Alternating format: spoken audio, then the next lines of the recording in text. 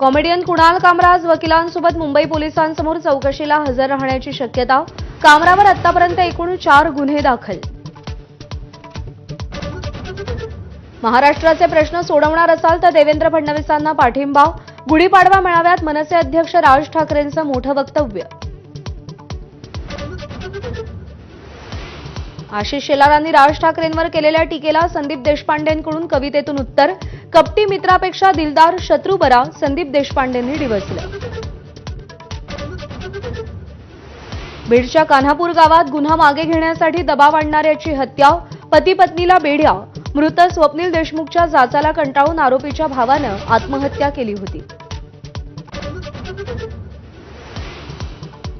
दूध उत्पादक शेतकऱ्यांना गोकुळचं गुढीपाडवा गिफ्ट. गायीच्या दूध खरेदी दरामध्ये 2 रुपयांची वाढ.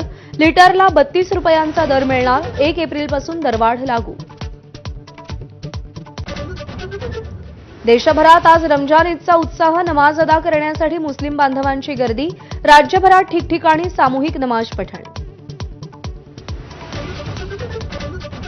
शिर्डी विमानतळावर नाईट लँडिंग सुरू. 60 प्रवाशांना घेऊन आलेल्या विमानाला वॉटर सॅल्यूट. माजी खासदार सुजय विखेंकडून प्रवाशांचं फूल आणि केक देऊन स्वागत. सोलापूरचा वेताळ शेळके 66वा महाराष्ट्र केसरी ठरला. उपविजेता पृथ्वीराजला खांद्यावर घेऊन मैदानात फेरी. वेताळ शेळकेकडून खिलाडू वृत्तीचं दर्शन. कोल्हापूरच्या फुटबॉलला पुन्हा एकदा गालबोट. उत्तरेश्वर चषक फुटबॉल स्पर्धेच्या अंतिम सामन्यामध्ये मैदानातच खेळाडूंमध्ये फ्री स्टाईल हाणामारी. पोलिसांकडून सौम्य लाठी.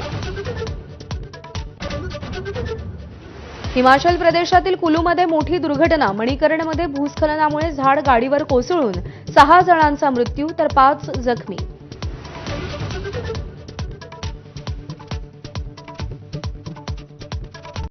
Headlines brought to you by Chitale बंधू.